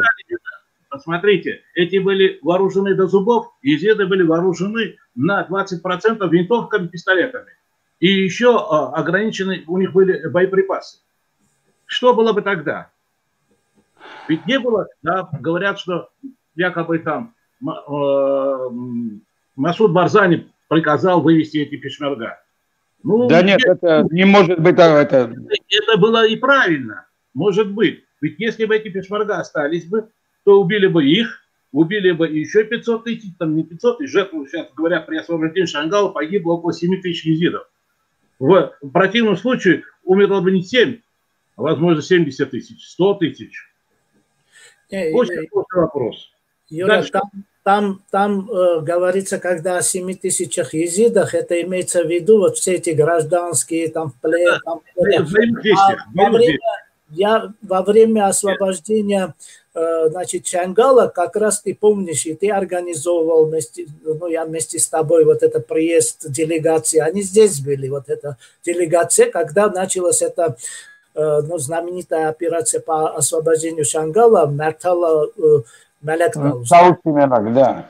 Мелектауса. Это тоже очень смело было назвать вот в мусульманском, так сказать, мире эту операцию. И при этом погибло 519, это вчера цифры. Это пешмерга. Вот когда, я еще раз говорю, не хочу оправдывать там, ну, пешмерга стояла, там убежала или отступили, там сейчас это, ну, вот я считаю, что это пропаганда как, и так далее. Значит, вот об этом вот знаменитый ролик, который одна из, значит, членов РПК сняла, да, и вот это пошло в народе там и так далее. А вот об этом никто не говорит, что во время освобождения 519 пешмерга погибло, и большинство из них мусульмане были. В конечном счете они освободили. Да. Вернемся к езидам России, если вы не против. Вот тут шейх Мурат хвалил, говорит, езиды России могут все. Я как не могут? Вот несколько, два эпизода из нашей жизни с Набиевым, Сюрой Набиевым. Когда случилась эта трагедия, мы, конечно, пытались и делали много чего, что было в наших силах. Это была организована встреча, во-первых, в МИДе, вот совместно с Набиевым, Юрий хорошо помнит. Это была вторая встреча, организована в Патриархии, в Русской Православной Церкви, куда были приглашены Баба Шех, Мир и высокое езидское духовенство. И знаете, ладно, мы делали свою работу, да, мы написали письмо и президенту, мы провели конференцию, вот Юрий Шамильевич устроил пресс-конференцию, по-моему, в РИА Новости, да, было много публикаций на эту тему, но поразило отношение к нам со стороны нашего езидского общества. Вы знаете, очень мало кто сказал, что вы молодцы, не надо молодцы, что вы делаете полезное дело. Наоборот, нам вставляли палки в колеса, кто-то назвал нас курдами, кто-то назвал нас барданистами, кто-то назвал нас предателями, что они там выгоду там чего-то делают, я не знаю. Но в таких условиях о ком вообще единстве наше можно говорить? Юра, я хочу напомнить, ты напомнил, да, вот эта наша встреча в МИДе, она результатом стало то, что через, ну, с задержкой, конечно, но правительство России 2 самолета с гуманитарной помощью доставило, значит, вот для Шангала. Это не ограничивалось только гуманитарной помощью. Мы, помните, да, вот Богданов официально нам сказал, что мы за то, чтобы права езидов в Ираке были защищены. И мы будем выступать за это. И? Ну, соответственно, они были защищены? Да, и соответственно, видимо, невидимо, а точно Россия высказалась по этому мнению и даже вообще пригрозилась там признанием геноцида езидов. Когда мы были в этого я не знаю. в РПЦ, владыка Иларион, он публично признал, сказал, что в Ираке осуществляется геноцид езидского народа, езидской общины. И по нашей просьбе он сказал, что будет ходатайствовать, будет стараться, чтобы этот геноцид был признан на официальном уровне. Но, к сожалению, видимо, наша община, езидская курдская община России очень слаба. После этих шагов и нападок на нас с Набиевым, мы как-то уже, знаете, руки опустились, мы перестали что-то делать, потому что не все в наших силах. Мы вдвоем не можем сделать это невозможное. Господа, ну, мне кажется, Юра, извини, наше дело... Вы не одни были, это весь мир тогда... Нет, дело не в этом. Понимаете, нам живется очень хорошо советским езидам здесь. Мы не страдаем ни от чего. Не о нас речь идет, товарищи дорогие. Речь идет о тех людях, которые сотнями, тысячами живут в этих лагерях. Что нам, советские езиды? Да горим мы все в синем плане. У нас все прекрасно. Вопрос о нас, о езидах, что мы можем сделать? Да, были еще... А что мы можем сделать? Скажи, пожалуйста. Мы можем сделать, только обратившись в Эрбиль, чтобы они, так сказать, вот это мы можем сделать. Официально обратиться в Эрбиль. Что вот сегодня Нечерван заявил, что, значит, Шангалу будет присвоен статус Махафазы, да? Что это будет вот самостоятельная провинция. Когда, надо спросить его, вы собираетесь это сделать? Но, когда вы собираетесь... Решить, подождите. Там есть, в Ираке есть несколько спорных территорий. Слушайте, я знаете, что вам хочу? Если надо, если бы хотели, решили бы. Почему те же, допустим, как их называют, чеченцы, выцарапывают откуда угодно? Почему мы не можем сделать? Если мы не сделаем, нас сделают. Понимаете? Мы не организованные, мы не единые. Мы должны лоббировать. Если мы... Я говорю не о нас с тобой, Юрочка, я не говорю о советских людях, об российских людях. Я говорю там. Власть курдистанская может сделать, позволить себе сделать больше, чем она делает. Это мое абсолютное мнение. Понимаете? Аза, я с тобой согласен, и, по-моему, мы говорили сегодня о том, что властям иракского Курдистана тоже вот это их самоустраненность некоторая. Вот, я об этом и говорю. Но надо понимать, что долгом, чтобы превратить ее в Мухафазу, да, это надо, во-первых, там с Багдадом это решать. И самое главное, это 140-ю статью, это надо главное. Вот власти Курдистана не могут Киркук, да, вот это...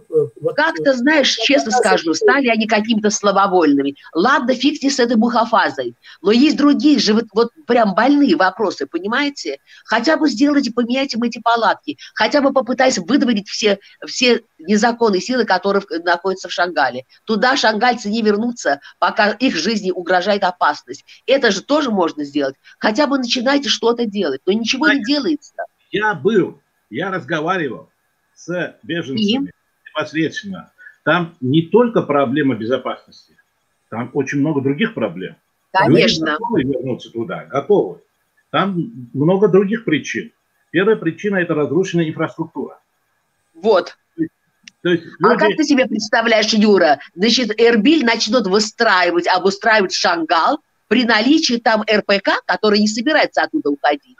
Нет, я понимаю. Это, во-первых, спор с Багдадом. Кто должен это делать? Слушай, зачем спорить о том, кто это должен сделать? Надо начинать делать. Не с Багдадом надо спорить, а надо обустраивать жизнь людей. Понимаешь? Вот инфраструктура. Почему абсолютно чуждые элементы начинают там что-то строить? Спортивную площадку построили, замечательно. Они Багдад не спросили. Но это видно, понимаешь, это картинка. Люди выходят из своих разрушенных домов и приходят и дети на благоустроенную площадку. Почему Эрбиль это не делает? Ну, не знаю. Мы, понимаешь... Ответ опять-таки возвращается к тому, что этот статус этой территории должен, значит, определиться. Причем тут ты сама знаешь, вот есть какие-то международные нормы, есть Конституция Ирака, там вот эти ООНовская миссия, там они вот за этим, вот они должны вот эти вопросы решить, но, к сожалению, эти вопросы... Юрочка, милая, эти вопросы они решать не будут. Эти вопросы мы должны взять в свои руки. Если мы будем ждать, что Багдад и еще кто-то нам что-то сделает, мы, так сказать, и подохнем. Так, понимаешь, извините за грубость. Если найдешь силой сейчас, вот оружие... Силы не надо. Слушай, есть какие-то вещи, которые делаются не силой. Понимаешь, это Восток. Дело тонкое. Нужно осторожно что-то начинать делать. Нужно использовать все ресурсы. Медийные ресурсы, еще какие-то другие. Ну, куча. И нужно использовать международные организации. Но ничего же не делается. Мы все ждем, что что-то сделано будет. Народ на референдуме выразил свою волю. Эта воля должна быть принята к исполнению. Это моя точка зрения. Если мы будем ждать, когда нам Багдад что-то подбросит, господи, никогда. Мы не дождемся этого. А что он будет давать? Вот именно. Почему он должен давать нам свое? Строить Шангал... 140 статья. Нас курили, водили за нос уже сколько лет. Должны это делать. Еще раз повторю. Если бы езиды не воевали за Шангал, никто бы вместо них не воевал. Они бы потеряли и Шангал, и честь, и совесть, и все на свете. Но, то есть ты хочешь сказать, что это езиды воевали за Шангал, а пешмерга это кто были? Инопланетяне? Подождите. Воевали сначала народные ополченцы.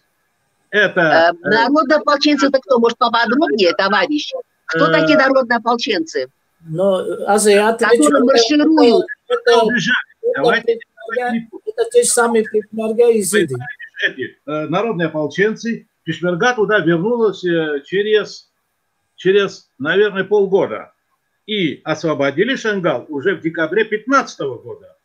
Понятно, но пешмерга туда вернулась 15 августа 2014 года. Через Зумар они пришли. Это тоже не надо забывать.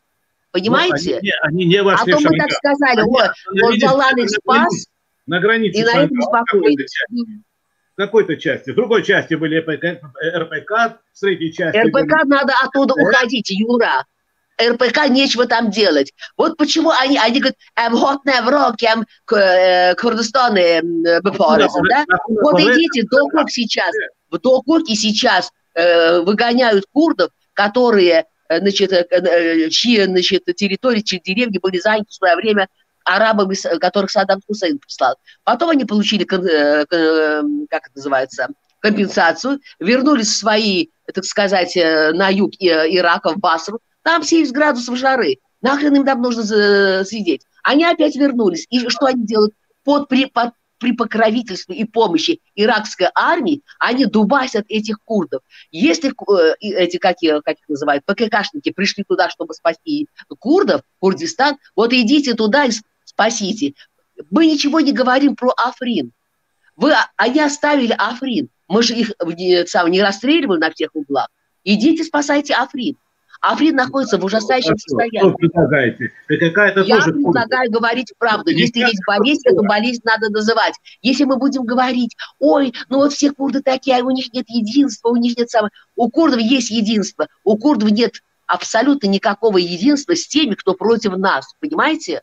Давайте это называть вещи своими словами. Пока мы не будем это называть своими словами, все деликатничать, ой, неудобно, бремена, замчуне. Но на бремена, то кого бретарно или на бремена? Не понял, ты призываешь к войне против них? Я не призываю к войне. Зачем? Если к тебе домой, если я сейчас явлюсь к тебе домой, расположусь на вашем диване и буду говорить, мне тут нравится, Юрочка, и пошел ты отсюда со своей семьей, ты будешь терпеть день-два, потом что-то мне пинок дашь. Да. И... Делаешь это ты или нет? Давайте, может быть, у нас уже час... Да. Ну, я просто, знаете, я сидела спокойно. Но... Да. Я думаю, эта тема такая больная, она такая... Абсолютно больная. Но я тебе хочу сказать, Юрочка, извини, я еще раз добавлю, мы говорим, что эта боль не утихает. Но точно так же, понимаешь, есть осознание того, и оно не утихает, что все педалируют вот какую-то, вот во всем виноват Эрбиль, во всем виноват Барзани, который предал езидов, который то, который сё.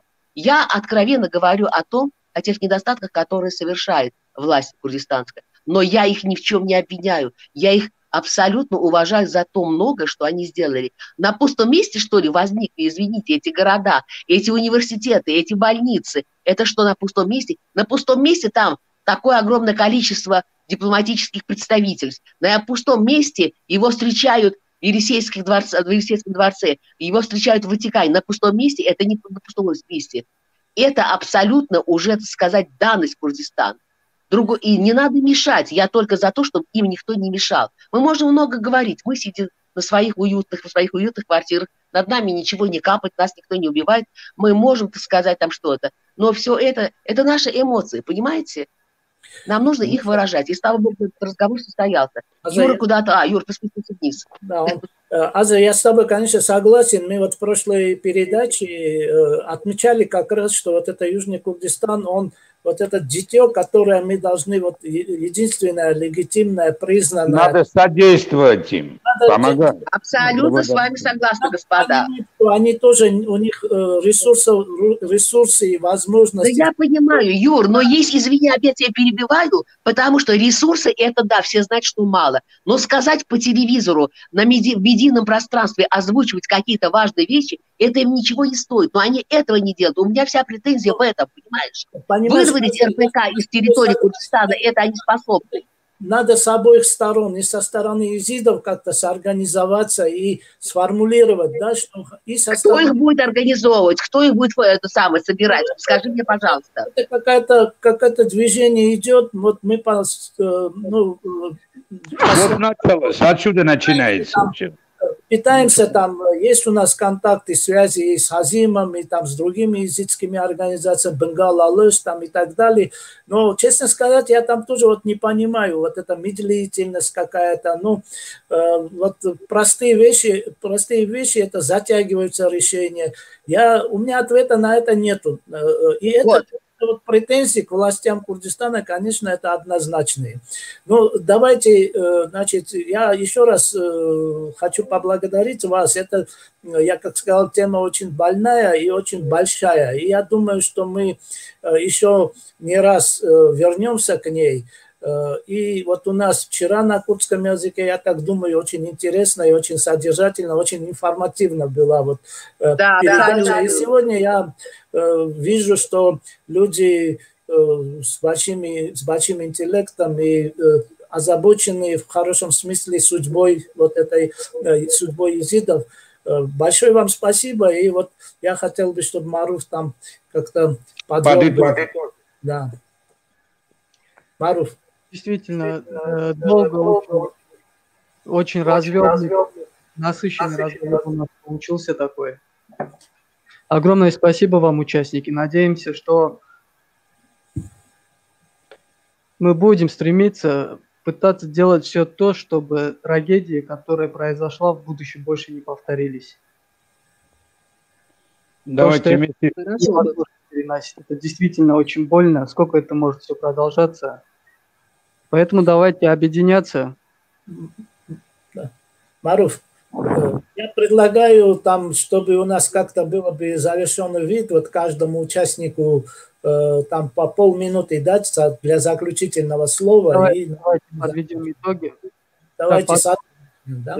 Мурат Ширинович, начнем с вас. Спасибо. Раз меня начали, я и здесь начну. Большое спасибо, Маруф. Это первый блин. Это серьезный эфир, серьезные люди. Я благодарен вам. Мы многое не знаем, многое узнаем. Я одно знаю. Наше бытие, то есть мы будем только, если хотим быть и сохраниться свою самобытность в составе Курдистана. У нас один язык, одни традиции. Многие национальности, народы делятся на несколько наций, но прекрасно живут, сосуществуют. Я думаю, сегодня неплохое руководство там, которые хотят к нам. Мы должны, когда я говорил, что от нас многое зависит, ну как с Азой не поговорить, ну как с Юрой Дасаной не поговорить. Им приятно, мы тормозим, мы ленивы. И на других не опирают. Политику делают несколько людей, массы не делают это. Хорошую вещь делаешь, за тобой пойдут. И наша пословица езидская, подчеркиваю, вся трагическая литература на езидской культуре курдская, которая называют сегодня, надо хонить дальше. Именно изиды все это. Этим надо гордиться. Знать, и когда говорят изид, это прекрасно. Это самый рафинированный курд. И обижаться на этот счет не надо. Я это говорю. И второе. И наша, я сказал пословица, «Две посчиталое, ширное деден». Я верю. На нашей улице будет праздник.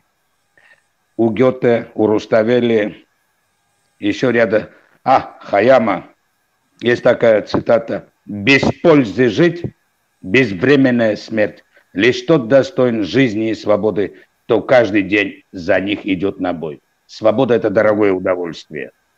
Точно. Не быть свободным, давай похороним себя здесь друг другом, а не искать какие-то углы и все. В составе Курдистана Лалыш будет, надо с ними говорить, обязательно. Не Чирван, великий руководитель, нет, я просто говорю, Масрур прекрасен, надо через Масуда делать. Их уважают, правильно Аза сказала, принимают на самых. Давайте мы тоже не отставим. Зато нашу религиозную делегацию больше, чем их других принимают. Мы не отстаем, Нобелевский лауреат есть. Мы знаем, как. Маруф, спасибо тебе, братик наш. Вот смотри, сколько езидов и мусульман управляет, и мы его слушаем. Хорошая школа, красивая. Спасибо, Мурат. Давай, дорогие мои. Дорогие курды, неважно кто мы, неважно какому, так сказать, как вы, так сказать, обращаетесь к Богу. Это совершенно не важно. Важно, что в нас горит курдское сердце. Ну, я обращаюсь ко всем. Пожалуйста, подумайте, как многого мы лишены, понимаете? Мы не заслужили этого, но мы допустили это. Давайте преодолевать вот это. Мы хотим тоже быть равными среди равных. Мы так много сделали для цивилизации, что мы не должны, мы не имеем права оказаться на какой-то обочине. Я вас очень прошу, может кто-то читал, а может не читали. Оживите в своей памяти великую книгу великого Кайрама Раша «Восточные короли». Слушайте, почитайте, захлебнитесь вот этой любовью к своему народу. Он был пиром из рода Хавави, он был езидом, но он был курдом. Понимаете, если мы не будем себя чувствовать курдами, то мы никто и ничто. Мы можем не верить в Бога вообще, это не важно, понимаете? У всех свои представления о Боге. И спроси нас каждого, кто он так, какой он Бог. Мы все ответим по-разному, мы не знаем, какой он, но мы знаем, что есть наш народ. Давайте любить наш народ. Давайте будем счастливыми и достойными себя и своей истории. Если мы не будем этого делать, если мы будем верить в бреду, то мы потеряем все. Нас не так много, нас много по сравнению с другими, но нас могло быть больше, понимаете? И мы имеем право построить достойное и великое государство. Вот чего нам не хватает. Мы хотим, чтобы наш флаг был официально признан, понимаете? Это важные вещи, не тряпочка какая-то, а флаг Курдистана с пылающим, триколор с пылающим солнцем. Это солнце, это наши души и наши сердца. Давайте любить это сердце. За это было отдано столько жизни, как ни у кого другого. Давайте помнить об этом и быть достойными, честными, порядочными людьми. Все, что от нас требуется. Спасибо. Очень глубоко затронули. Ну, Юрий Романович, пожалуйста. Слушайте, я убежден, что судьба Шингала в руках самих езидов Шингала. Они для начала должны объединиться. Объединиться, если не социально, хотя бы политически. И тогда у нас будет возможность поддерживать их как-то, содействовать. К этому стремится и Эрбиль, который тоже хочет видеть какое-то одно лицо. Пусть не поддерживающее Азима Бега, но лицо, которое может решать в Шингале, быть представителем всех шингальцев. Там, я повторюсь, ситуация очень сложная. Для этого нужно знать ситуацию. Кроме политических сил, там еще очень большую роль играют эти ага. Родовые, родоплеменные вот эти главы. Они играют большую роль, чем любые политические силы. То есть, если сказал их ага, там, а я с многими из них знаком, вот Юра Набиев помнит, когда мы организовали встречу в МИДе, приезжали, сколько там, по-моему, 4 их было, шенгальцев, все ага, и они же присутствовали в этом, в РПЦ. И мы очень хорошо помним дискуссии между ними. Даже вот эти между собой у них нет, у них есть одна цель, но у них у всех разные пути. Поэтому пока шенгальцы не найдут какой-то компромисс, хотя бы не президента, потому что, как уже отмечено было вами, у курдов все президенты, все лидеры, хотя бы одного координатора, председателя, координатора, одного представителя, у них ничего не получится. Я желаю, чтобы вот ради вот этих несчастных, ради вот убитых, которые пострадавших, ради тех, которые сегодня живут вот в этих палатках и тоже на грани смерти, чтобы наконец лидеры Шенгала объединились, вот эти военачальники объединились наконец в одну организацию, хотя у них были несколько попыток. Я знаю, что какую-то одну организацию, потом ЭСДА, потом еще чего-то, но ни к чему они не пришли, они не договорились. Вот было бы хорошо, если они договорятся, и тогда, знаете, не только Эрбиль, мне кажется, и ООН, и найдутся в мире такие, так сказать, гуманные государства, которые поддержат езидов Шенгала. В том числе мы готовы. Спасибо, Юрий Романович. Ну что, я хочу что сказать. У меня есть очень большая мечта дожить до того дня, когда будет создан, провозглашен независимый Курдистан. И как очень прекрасно выразилась Аза, и чтобы вот этот флаг с нашим езидским солнцем посередине, он развивался бы и был бы признан во всем мире. У меня есть мечта, чтобы Шенгал и вот езидские территории, они достойное место заняли бы в Курдистане, и сами езиды наконец-то обрели бы безопасность, обрели бы способность мирно жить и развиваться. У меня есть мечта, чтобы езиды, они не потерялись бы, чтобы они сохранили бы свою самобытность. А это возможно только я могу повторять и повторять миллион раз, что это возможно только в составе независимого Курдистана. Только при наличии курдского государства. Об этом много можно говорить, но вот такая у меня мечта. Спасибо. Ну, это не мечта, это реальность. Уверен, что мы обязательно этот Курдистан независимый увидим при нашей жизни, в котором езиды непременно займут достойное место. На этом мы завершаем нашу программу. Огромное спасибо еще раз за участие. Ну а наши зрители делают выводы и подписываются на наши страницы и группы в Facebook и YouTube. До скорой встречи. До встречи. Делай доброй ночи всем. Спасибо всем. Всего доброго.